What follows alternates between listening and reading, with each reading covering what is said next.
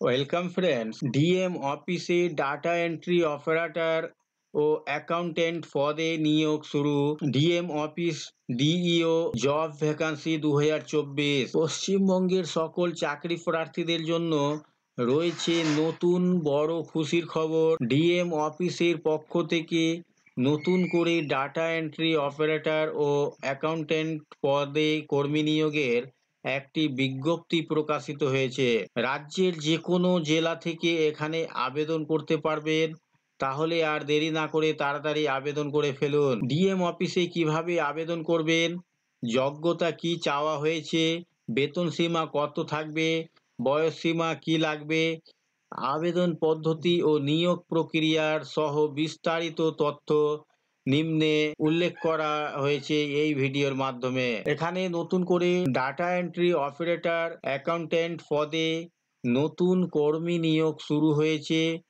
আবেদন করার পূর্বে এই ভিডিওটি সম্পূর্ণ ভালোভাবে দেখে নেবেন। সকল চাকরি প্রার্থীদের বয়স 18 থেকে 40 বছরের মধ্যে থাকতে হবে। এসসি এসটি ওবিসি চাকরি প্রার্থীদের বয়সের ছাড় থাকবে। ডাটা এন্ট্রি পদে চাকরি হলে প্রতি মাসে 11,000 টাকা শুরুতে বেতন দেওয়া হবে। অ্যাকাউন্টেন্ট পদে চাকরি হলে প্রত্যেক মাসে 15,000 টাকা বেতন প্রদান করা হবে। ডিএম অফিসে ডাটা এন্ট্রি পদে আবেদন করার জন্য যোগ্যতা প্রার্থীকে বিএ পাস কমপ্লিট করে থাকতে হবে। এর পাশাপাশি কম্পিউটার কাজের অভিজ্ঞতা থাকতে হবে যোগ্য প্রার্থীদের। অ্যাকাউন্টেন্ট পদে আবেদন করার জন্য যে কোনো স্বীকৃত বোর্ড থেকে ন্যূনতম স্নাতক ডিগ্রি অর্জন করে থাকতে হবে, তাহলে এখানে আবেদনযোগ্য। সম্পূর্ণ সুযোগ রয়েছে ডিএম অফিসে চাকরি করার জন্য।